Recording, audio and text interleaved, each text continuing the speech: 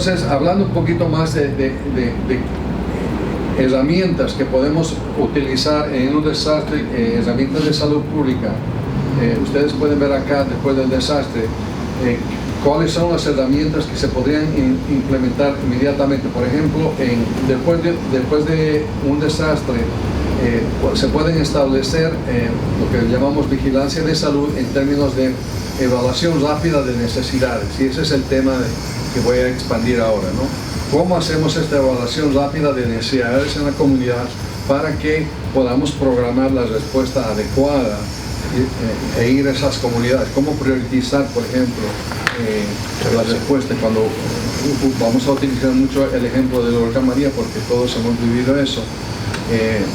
Y dicho de paso, yo soy voluntario de la Cruz Roja y participé también en la respuesta al desastre con la Cruz Roja. Y todas estas, en esta fase inicial para la evaluación rápida, la Cruz Roja pudo hacer esto de una forma muy interesante que también voy a compartir con ustedes. Pero ya después, en esta otra fase, después del desastre, pues se pueden implementar sistemas de seguimiento, siempre enfocando en salud pública, para hacer una evaluación a corto y largo plazo del impacto del desastre. Muchos estudios a nivel internacional, después de un desastre, haciendo un seguimiento de 3, 5 años en comunidades que han sido afectadas por un desastre, han demostrado el impacto en la salud mental de las personas, especialmente en las edades susceptibles, ¿no? De los niños especialmente, que pueden ser impactados por un desastre y cómo les afecta a largo plazo. Así que todo eso es importante documentarlo y entenderlo para entonces poder implementar programas para resolver ese problema. También están estudios e investigaciones epidemiológicas ya en esta fase de prevención, mitigación y preparación.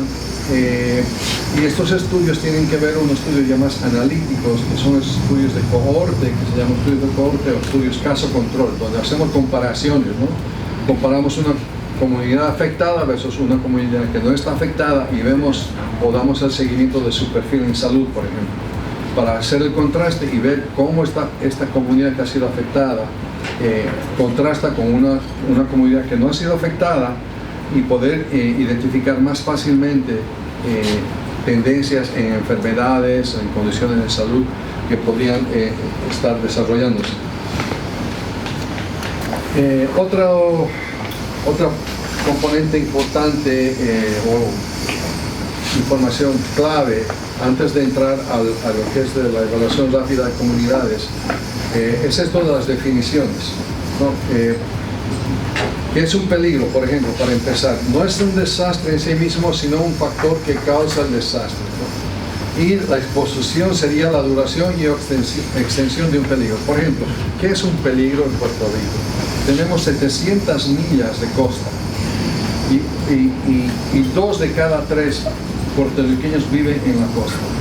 Entonces, obviamente, eso nos hace conscientes de cuáles podrían ser los peligros de vivir en la costa.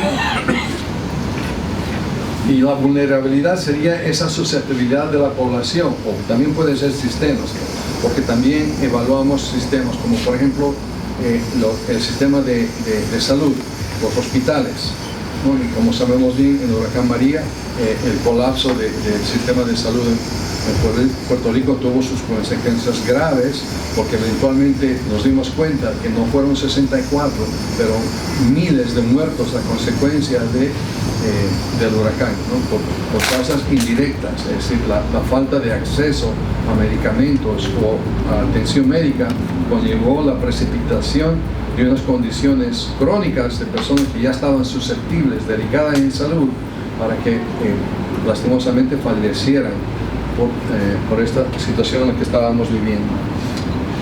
Ahora, ¿por qué menciono todas estas definiciones?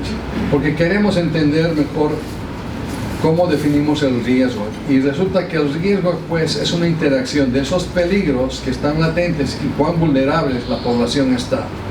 Lo que se añade es el tiempo, cuánto tiempo estamos expuestos a este peligro para entonces determinar el nivel de riesgo al que tenemos una comunidad. Entonces ahí podemos ya ir identificando a nivel más granular, y seguramente ustedes en sus municipios o en sus áreas de trabajo ya conocen las comunidades que están a riesgo, ya conocen las comunidades que son susceptibles a una inundación si tenemos más de 4 horas de una lluvia intensa. Ya sabemos qué carreteras se van a inundar, ya sabemos qué comunidades que están cerca de un mangle se van a inundar, ¿verdad? Y así ya tenemos conciencia, pero basado en nuestra experiencia. Eso es porque pues, en cada ciclo anual de huracanes ya conocemos esas comunidades y entendemos cuáles son sus riesgos.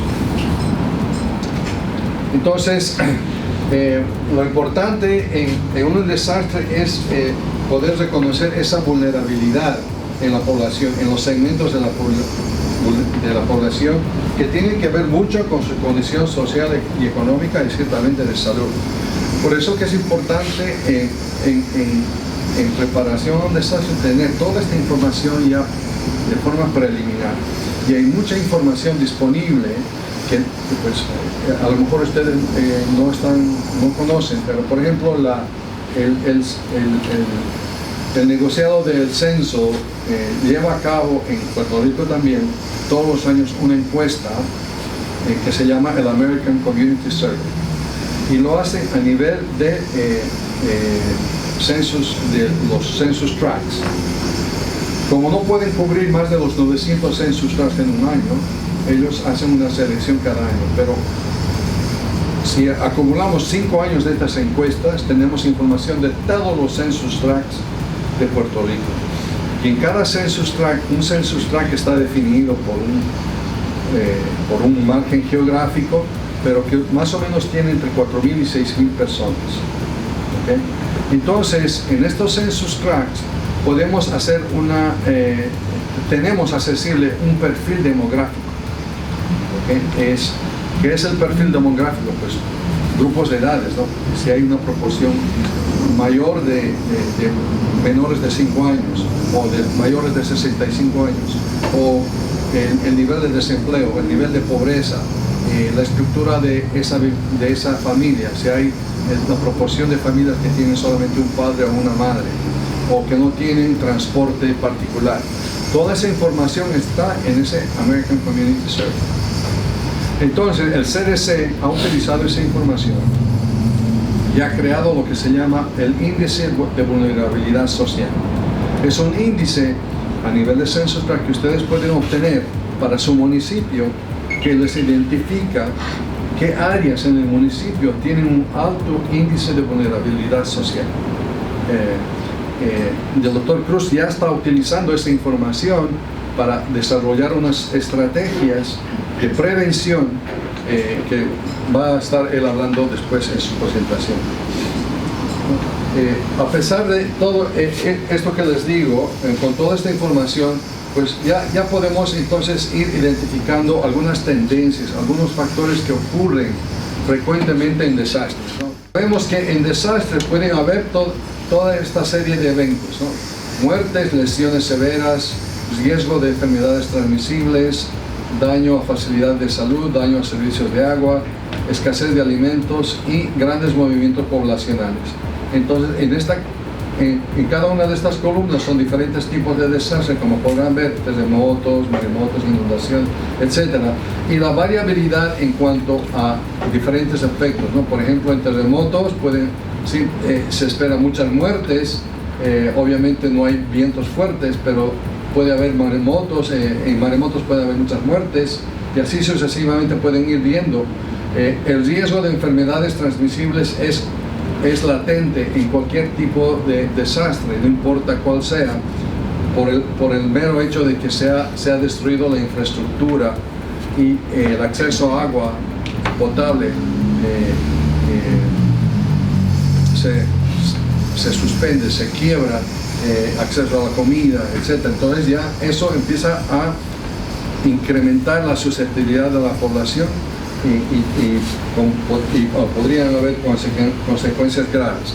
En Puerto Rico tuvimos suerte, ¿verdad? Porque la situación del agua, tuvimos una alarma con los incidentes de casos de leptospirosis, ¿verdad? Y pensamos que podría ser una situación mucho más grave, porque había en el área montañosa en Puerto Rico muchas personas que estaban usando agua de manantiales o de riachuelos sin las precauciones necesarias. Entonces había una gran preocupación de que en realidad podrían haber muchos más casos de leptospirosis de los que se reportaron. Y en realidad por suerte no fue una epidemia, no fue una explosión de casos como en ese momento teníamos el miedo, porque no sabíamos.